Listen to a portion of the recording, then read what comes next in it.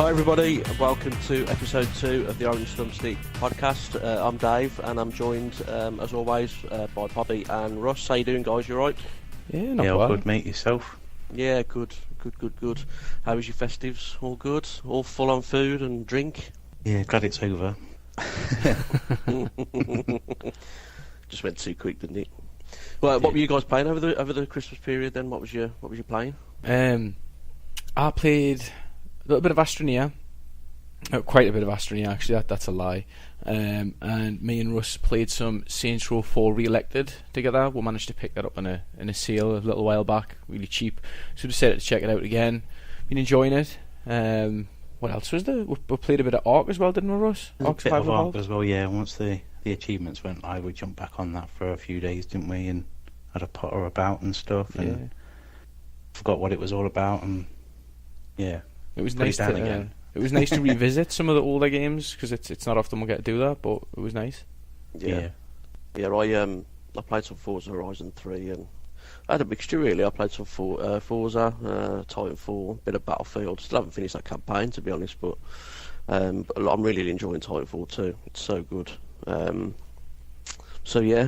went back to a couple of old games. I did some old contracts on Hitman again. I really like that. So yeah, cool. Okay, so this month, obviously we've got a big one at the end of this month. We've got Resident Evil 7, which everyone's been going mad for since the demo was released, and it was. I mean, even when it was announced, everyone sort of went crazy for it. But it's the latest game to introduce a season pass, and I've got to be honest. A season pass is there's pros and cons for them, but I just wanted to discuss it this month just to get your opinion on it and what you guys think about it. Really, I mean, I want to discuss season passes, but I also want to try and go through the early access that's been creeping in towards the later end of last year with certain games and pre-order DLC as well. But I want to start with the season passes. What's your impression on them? What's your opinion of them? Do you agree with them? Well, if you'd asked us this a few years ago when I was a hardcore Call of Duty player, just literally playing zombies all the time, I would have threw money at them and I would have loved it, because obviously it's like something like £25-30 or something for a season pass for the year, and you get any DLC that comes out. Back then I think it was like once a month or once every quarter or something they brought out map packs which had an extra zombie map or two on, and I loved it for things like that. But nowadays it's difficult nowadays, because personally I don't know any gamers that just play FIFA or just play Call of Duty where in that instance it would be good to buy a season pass with it if that's the only game you play, the only thing you use your console for. It's a little bit difficult with the amount of games that come out. Like, you're paying what, £50 for the game? Is it worth slapping another 25-30 on there when in a couple of months time you're going to be on to the next one? I think it's going to be a case of it all depends on the gamer, on the person, and how they want to play it.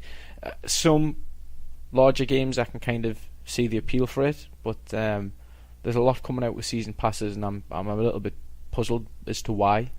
I think the big thing for me with them is the lack of information about them when they're announced.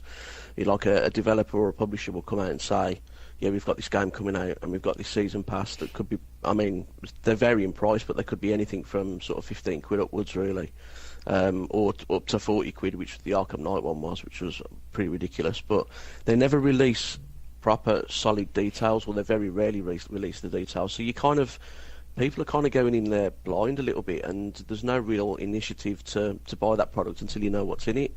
And I'll use Arkham Knight as an example. They announced that season pass at 40 quid without telling us what it was, telling us what it was for, and it was almost the price of the game itself. And when the content was released, it wasn't great, but it certainly wasn't worth 40 quid. Yeah. But then on the flip side, you've got some games that are doing it right. I mean, I mentioned before Christmas in the last podcast about The Witcher.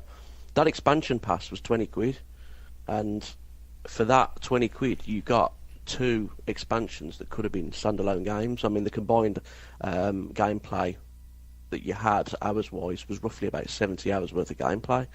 For 20 quid, that's pretty good, especially if you love the game like I did. But 40 quid for a season pass that has 2 slightly extended levels and some vehicle skins and character skins, I don't think it's worth it. But What was the last season pass that you guys bought? Oh God, it's been a while. I've only really tended to buy season passes for games. I mean, I used to buy them a lot, probably 5 or 6 years ago, when it was more based around games that would guarantee you more story content over all the random bits of stuff. Because that's what I like in a game personally, is the single player story stuff. So if a season pass is definitely going to be that, then I would get it. But as like you said a minute ago, it's a case of knowing that that's what you're going to get in the season pass. Yeah, I think the last game that I got a season pass with was Dying Light, and it's because it came with the bundle that I bought. The bundle I bought at the time was on sale for like £60 or something, and the game itself was £50, so I got it with the season pass. But I think it came with an extended cooperative campaign, I believe, Russ. Me and you done a little video on it. That's all that I know that came with it, because obviously I never really looked into it. Again, like for me, season passes don't really interest us, so it sounds stupid, but I don't really know as much as I'd like to say. Do you know what I mean? But that was the last one. Season passes for me, they don't really have an appeal. But like I say, if I was just coming on to play one specific game, and like Russ said, if it came with extra campaign content, then I'd go for it. But then I'd also have the argument of, why was that campaign not just originally in the game? Yeah. Well, from that point, you've got to look at it like, again, as long as you know that content has been created after the game was released, then it's worth the money. If it's been stuff that's been cut out of the game to resell to bump up their figures, then a definite no. That to me is a slap in the face to a gamer, cutting content out and then selling it again. Well, that's exactly when it why should have been in the main game. That's exactly why I fell out with Destiny. But stuff like we was talking about the other day, Dave, the Red Dead Redemption Undead Nightmare add-on. Undead Nightmare, yeah. Was completely it was made after the game was released, and I loved it. I think that was probably one of the last things I actually bought myself, other than the Dying Light last year. But yeah, as long as it's content that's created after the game's been released, and you know it's not being cut from a game, then fair enough. Yeah, I think consumers are getting pretty annoyed that things are coming out about season passes and additional content of things that are already on the disc, and you're basically paying an extra premium to unlock that content on the disc. Yeah. You know, if it's on there, just give it to people. I mean, Yep. We've spoke about this many times before, where we long for the days when you'd go into a store or you'd go onto an online, whether it be digital or somebody that sells physical copies, and buy a game and know that you're getting everything possible for that game for your 40 quid. Now it comes down to, you pay 40 quid for a game, and then there's another 20 quid for this, there's another 10 quid for that. It's just all content that should really be in the main game. But I agree with what you're saying, Russ. If it's made afterwards and it's a conscious effort to add to that experience, and it's kind of like a separate thing, then I agree. I think, you know, as long as it's priced fairly, then yeah. But if it's something that's already on the disc that they're just basically saying, you've got to pay to unlock it, I don't agree with that, and it's wrong in my opinion. I mean, because you've got to look at it at some point of view of, say, Rockstar, for example. All of their extra stuff that they've released for GTA Online has all been free, whereas other games companies probably would have charged for it. Yeah. So I believe Rockstar have got it right. I mean, I know that they have that micro-transaction thing on there, but again, that makes no odds. If you're stupid enough to go and spend 60 odd quid on one of those shark card things, then go for it. It's not going to make no difference to me whether I buy one or not. But as for main content like the heists and all that sort of stuff, it was all free, and good on them for doing it that way. Yeah. Yep. And recently Respawn did the same, didn't they, with Titanfall? They announced there'd be no season pass, all additional maps and everything would be completely free to everybody. I believe Halo 5 did it as well with their maps and said there's no season pass. You will get these maps as long as you've got the game. You will get these maps to play. So when you look at it like that, you've got 3 huge franchises there that have sort of said no to the season pass. Rockstar obviously being probably the bigger of the lot with Grand Theft Auto. I mean, the content that they've released for that for absolutely no extra money is pretty phenomenal, to be honest. Well, even with Rockstar, when you look back at paid content that they did for GTA 4, which was The Lost and Damned and The Ballad of Gay Tony. They were both proper expansions, for the game. You played different characters. It was a whole different story. So again, they did it right. And there was no silly 10 quid for this, and all it was an extra weapon or an extra skin for your character, like a lot of games are doing now. So yeah, as long as they keep going down that route and, again, lead the way with that sort of thing, then keep doing it that way. They should do. It's like we said at the Do you start. think if season passes, like every season pass I've seen, I've never seen it where it says get the season pass and get this and this over the next year. Whereas back when I used to buy all the DLC for like Call of Duty and whatnot, it used on the to 360 say, when season passes started on the 360, it did used to say, if I remember right, you went on the store, it'd say this season pass guarantees you at least 4 expansions, 4 map packs, whatever. Well, you don't really see that now. No, that's exactly it. Like, I used to know that that new map packs were coming at a set time throughout the year, whereas now it just says season pass this, and you just kind of, I don't know, you're just shooting in the dark, Yeah, they make a point of saying things like buy the season pass now and save money by not buying them separately as they come out and as they're released. They very rarely tell you what it actually is. They'll give a brief description of what it could be, but yeah, I agree with what you said before. They pinpointed it before and said you are guaranteed 2 expansions of single player campaigns, 4 extra maps, so many weapons, and this, that, and the other. They just don't do that now. But do you guys think that if season passes were, I don't know, more fairly priced or were cheaper to buy, do you think that would entice you to buy the extra content more? Or for me, it's a case of what the content is. And I mean, I used to buy them before, going back to say Red Dead and Grand Theft Auto 4 days, was because back then they would say, right, the season pass is this much, but then to buy each expansion individually would cost you an extra £5 if you added it all up. So fair enough, buy the season pass, but as long as the content is worth that money, then yes, and it's not being cut from the game, yes. Yeah, I've got to agree with Russ on that one. If it was telling you what content you were getting, what it would cost individually, and it worked out cheaper, so it was good value for money, then yeah. But like you were saying, there's ones coming out with saying season pass and you don't know what you're getting, i.e. the Dying Light one that I got chucked in with the bundle. I've had that, I know of, there might be more, I might be wrong here, but I know that I got that extra campaign segment, and that's all that I know of, and I'm assuming that season pass has now run out. Not too bothered because it came with the game, but you get me point, Yeah, I think there was a couple of extra bonus missions, wasn't there, in the season pass initially, and then the following was done after that. Which, in all fairness to them, it was a completely separate game almost. I mean, they added vehicles to it and vehicles. It was a whole new map on it, and yeah. But one of the biggest gripes I've got at the moment, which happens, and Dying Light is one of them, it happened with, is the season pass coming out for a price, and then all of a sudden the developer or the publisher turn around and go, oh, actually, do you know what? We need to charge more for this. I mean, Fallout 4 was a great example. That season pass came out $24.99, and then all of a sudden they went, oh, actually, no, we're going to put it up to 40 quid.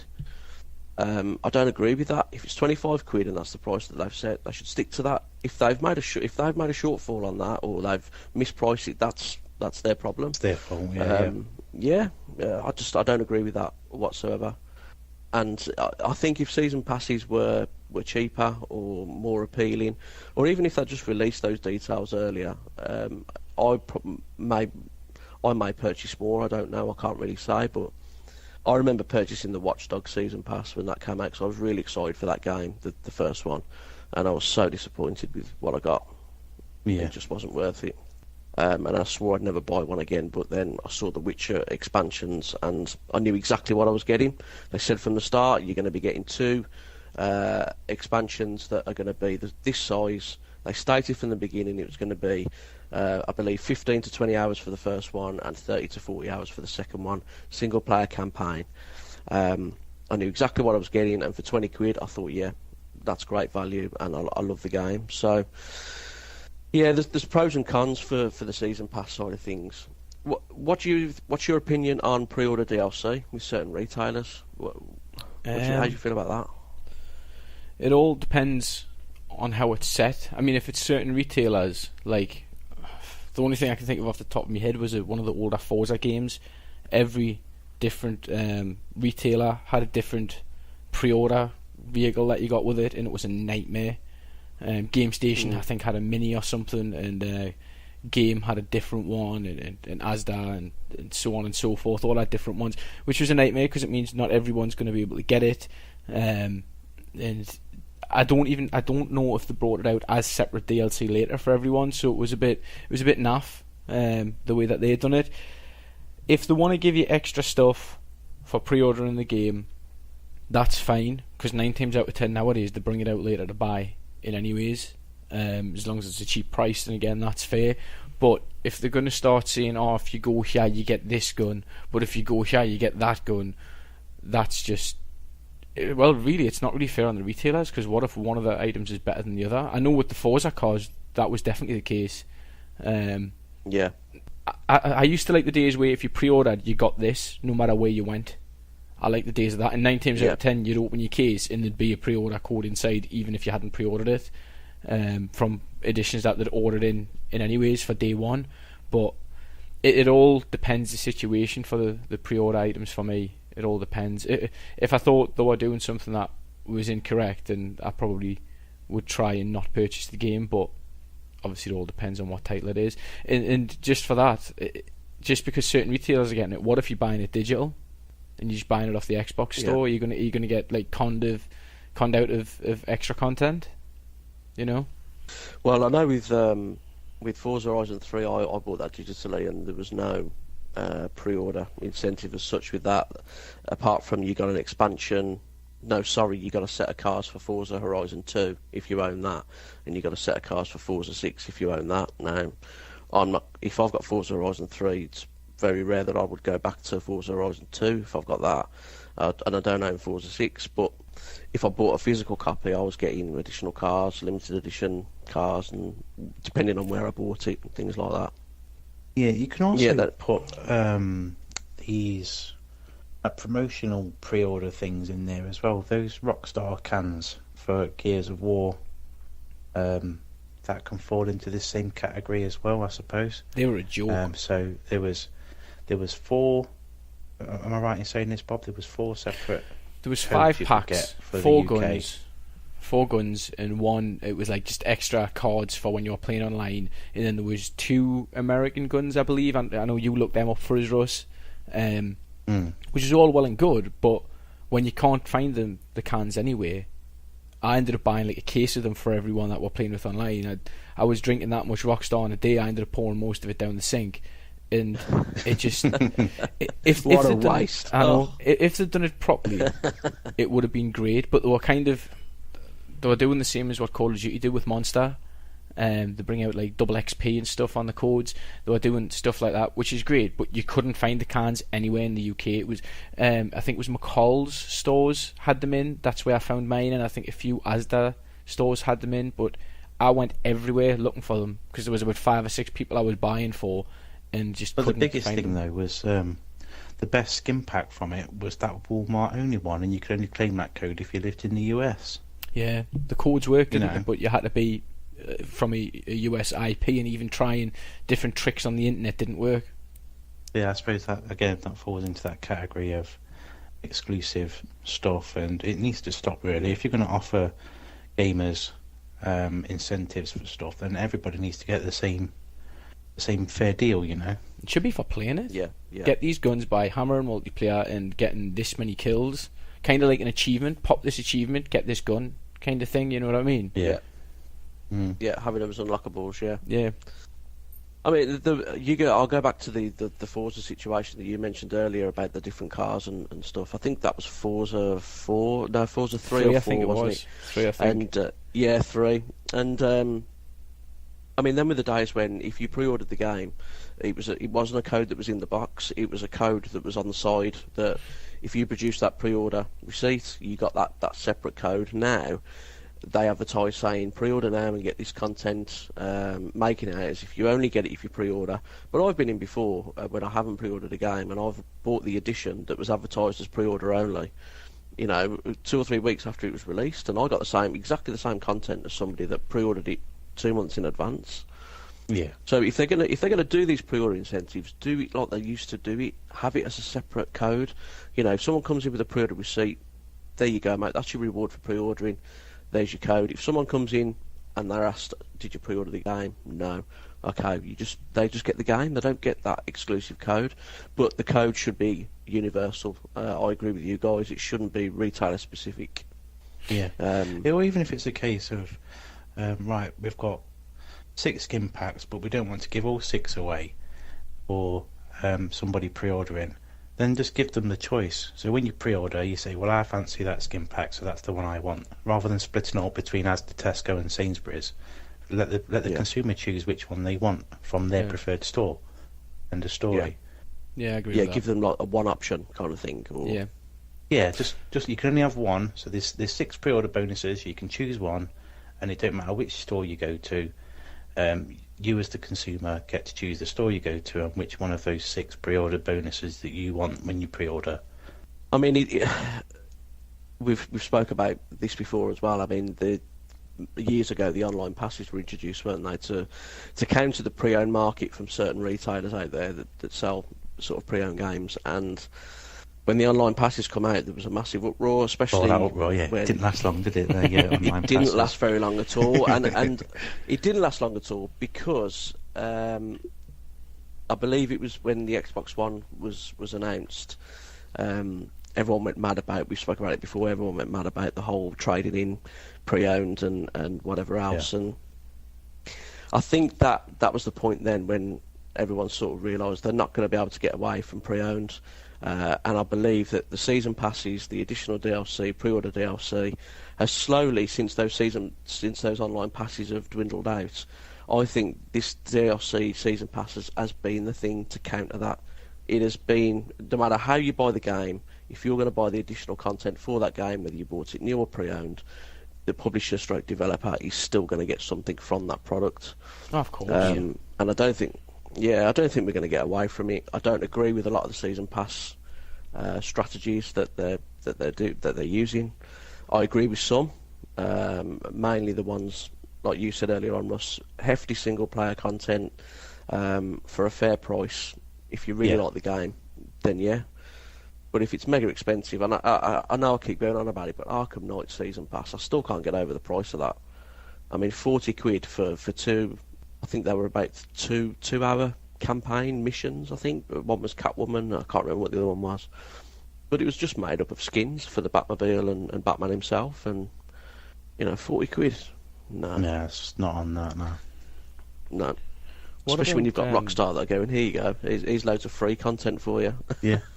What about Ultimate Editions then, where people are getting to play the game like early? What I can't remember. Was it Forza Horizon 3 that was like 4 days early if you had the Ultimate Edition, something like that? Yeah, business-wise, it's genius. It is a genius business decision for them to make. Yeah, because it probably makes them a lot of money. But I don't agree with it at all. If the game's ready, release it. Simple as that. Yeah.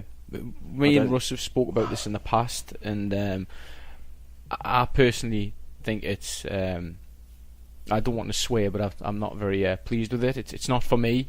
The way that I see it is, if I've worked hard all month, my paychecks came in, and I want to buy a game, and there's one there for £50, and then there's one there for £80 or 60 and 80. Why should I have to spend an extra £20 to get it? To get it a few days early? Like it doesn't make sense to me as to £20 making the difference. If the game's ready, like Dave said, launch it, release it. Don't pick favourites on how much money they're going to throw at you. But what if you've got like a load of kids and you've got to buy 3 or 4 copies of the game? Then there's not a chance that you're gonna be spending all that. You know what I mean? And I think that factor of it is a joke. Like you say, it's genius, but. If it's ready, it's ready. If it's not, it's not. Do you know what I mean? Yeah. Yeah. I mean, if you've got Johnny Rich and Peter Paul, and Peter's worked for his money to, he's saved up his pocket money or whatever, and he saved up the 50 quid to buy the game, but then his rich mate has just been given 80 quid by his nan or whatever, and he goes and buys that game. He's going to have a head start on that game ahead of his pal, all because he's got a bit of extra money. If they were going to agree with offer it. like something like that, I would say for them to look at the games, and if you've played, like, let's just say we're talking Gears of War, if you've played Gears 1, 2 and 3 and you've pre-ordered 4, you get it a couple of days early because you're a hardcore player of it, you're a loyal fan kind of thing. In that respect, obviously a lot of people mightn't have played some of the previous games, so they would have to have something else set up, but I think whacking them all out, like they're pretty much whacking everything out now for 80 quid Ultimate Edition, and it's just a joke. I mean, 80 quid for a game. If you'd said that to us about 7 years ago, I'd have laughed in your face. I'd have literally laughed in your face, because 80 quid then was an Ultimate Edition with like a statue and everything, and loads of extras that you got on a hard copy with a steel case and that. But 80 quid for DLC, for a digital copy with a couple of days early, nah, it's not for me. What about yourself, Ross? Yeah, I mean, like going back to what Dave said, it also has that knock-on effect. So, as you said, Johnny Rich and Peter Paul. Peter Paul sees Johnny Rich playing it a couple of days early. He's going to be, his feet are going to be itching to want to play it. He's probably going to end up going to his gran and borrowing that extra money to get the Ultimate Edition, just so he can jump on the bandwagon and get on it early with his mate. And then that has a knock-on effect further down the line. Oh, everybody sees everybody else playing it early. Oh, I want to play it now. It's one of those things, isn't it? And again, it's genius, but it shouldn't be happening. And the alarming thing for me was, and I didn't realise this until it was released. I think it was just before, or just after Christmas. The Forza Horizon 3, which is a game, obviously we're all in agreement, was probably our top game last year overall. Yeah. I love that game, but the Ultimate Edition is turning out to be not so ultimate, because I recently found out that the Blizzard Mountain expansion is a completely different season pass to what you get with the Ultimate Edition. So it's an extra cost on top of that if you want the added DLC. All right. That's wrong, man. That's extremely wrong. So what do you get in the Ultimate Edition season pass? And is it just cars? The Ultimate Edition, yeah, you get the VIP cars, you get the car pass, the VIP membership. There was something else, the All-Star Cars something pack as well. It's mainly cars, basically. The expansion pass for Blizzard Mountain and the other one that's going to be released later on are not included in any of that Ultimate Edition. You've got to buy it separately. So what they should do there then is they should go away from calling all this extra content season pass across the board, and they should start naming it different passes. So a map pack pass, a car pass, because you think you're buying a season pass, you think you're going to get everything, and we're just finding out now we're not entitled to the new maps, which ties into me saying that's obviously something they've gone away and made after the game's been released. So we should really be getting that, but we're not. So see kick up the arse. The Forza Ultimate Edition, like Russ said earlier, you see your mate playing it, you want it.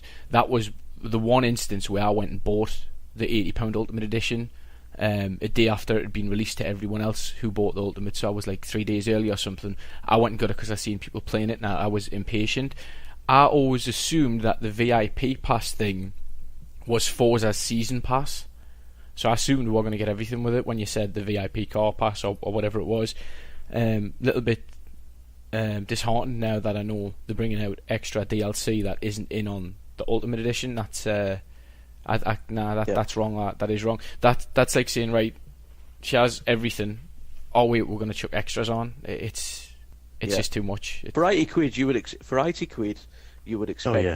exactly what it says on the packaging, the Ultimate Edition. Mm-hmm. And when I found out that this Blizzard Mountain and the other one later on is not included in that Ultimate Edition, well, how can you call that the Ultimate Edition then? Because you're not getting everything. It's not. And they can't say, but it's stuff that's released after, because all the car packs are released after. They're not released as soon as you redeem that code.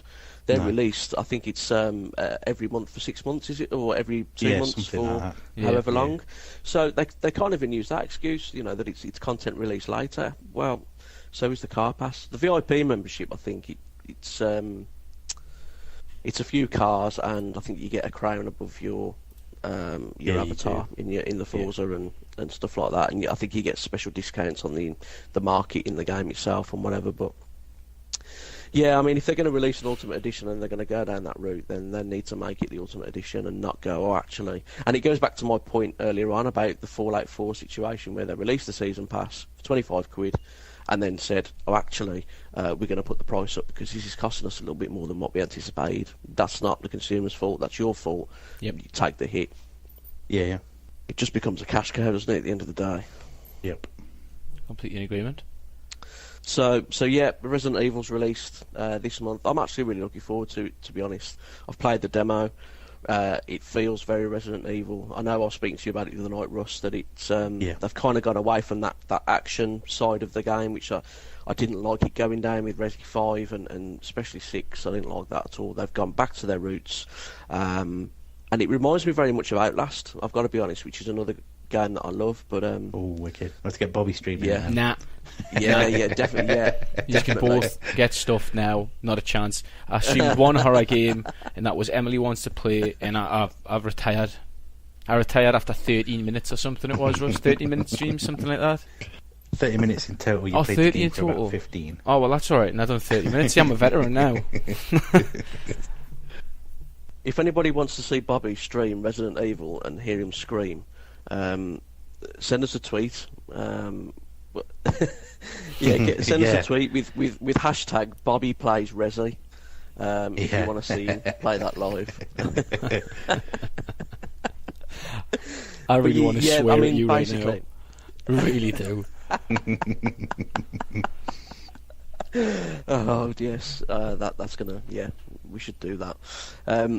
But going back to the game, it is very, as I said, it feels very much like Outlast. You start off with nothing. You're in that house, and you start off with nothing. That's all I'll say. So give it a go. I think you'll really like it.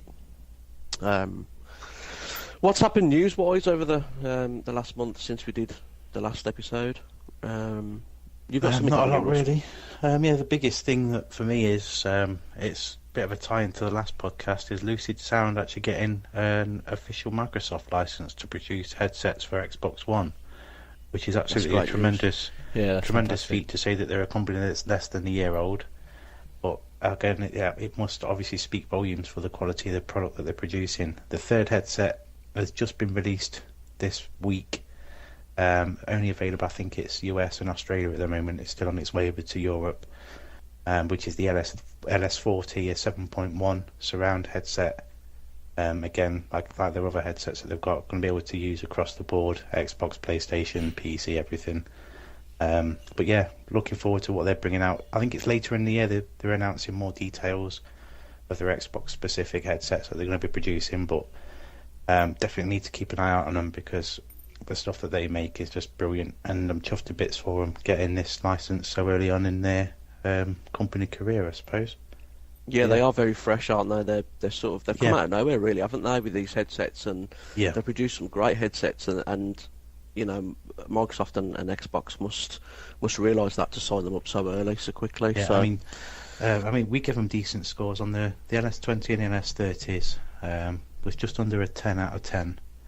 And I reviewed them, and the reason they didn't score full 10 was because the ear cups are leather covered, so giving you sweaty ears and all that. So for me, it was a bit of a downfall. That's why they didn't score 10 out of 10. But everything else, just can't fault them for. So yeah, you know, it's not just us that have given decent scores. There's quite a few other websites out there that have reviewed them, and yeah, they're really good. So obviously, Microsoft, like you just said, have picked up on that and signed them up. And why not?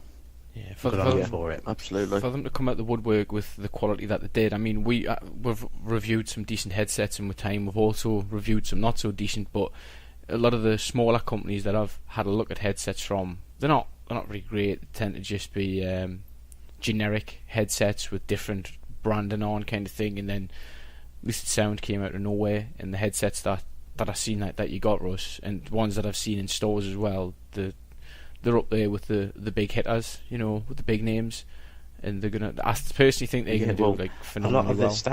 A lot of the staff just do come from gaming company backgrounds with big names. So there's Triton and Mad Cats. And off the top of my head, I remember from the original press release when they brought out the LS30s. So they got staff members from there. They also have their own in-house audio technicians. So all their drivers and stuff they make themselves. They're not outsourced anywhere else, so it's Right. all stuff they make themselves. So Cool. News-wise, I didn't really, to be honest, over the Christmas period, I didn't really follow much news. Being honest with you, the only thing I did notice was it Watch Dogs 2? There was another one of them codes floating around the internet saying, type this in and do this, and left, right, up, down, jump up, down. And it apparently worked. A couple of people that I know said they got the game. I never tried it. Yeah, but so that yeah, happened. I didn't try it because I don't agree with it really. Basically, it was a glitch in an Xbox Live code of a digital version of Watch Dogs. It was the deluxe edition as well, which had the season pass included, ironically.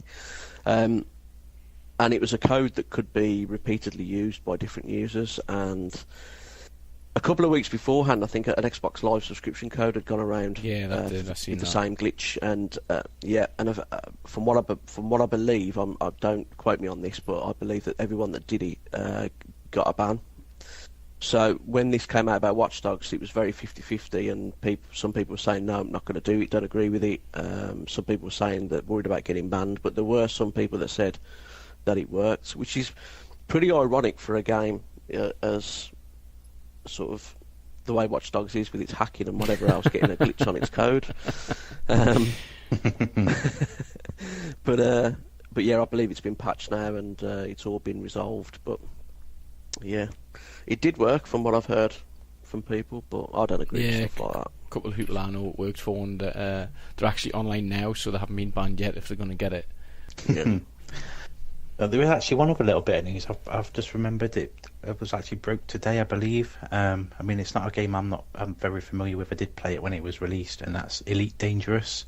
Don't think you've played it, have you, Bob? Have you played it, Dave? I've played it briefly. That's I can't space say I have, to be exploration honest. game. It's sort of supposed to be infinite and that. Well, apparently from today, after 2 years of the game being out, there's finally been an alien race discovered in the game.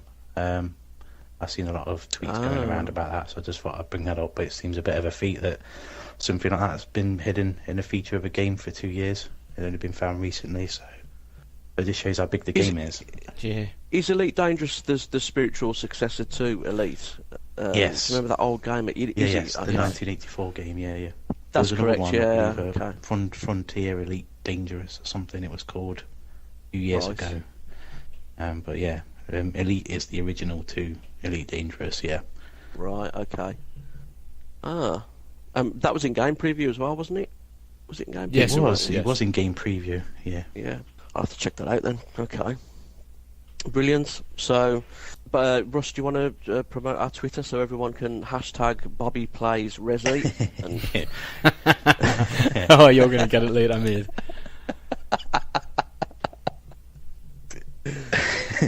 Yeah, if you want to see Bobby playing Resident Evil on our Twitch channel, which is twitch.tv/Xbox Gamer Reviews, send us a tweet at Xbox_GR with hashtag Bobby Plays Resi, and we'll make sure that he gets playing that at the end of the month. how many should we get? What should we get up to? One will do. We've got 50,000. okay. 50,000 hashtags, and the Twitter has to go up to like 1 million followers, and I'll do it. If you make that happen, I'll do it.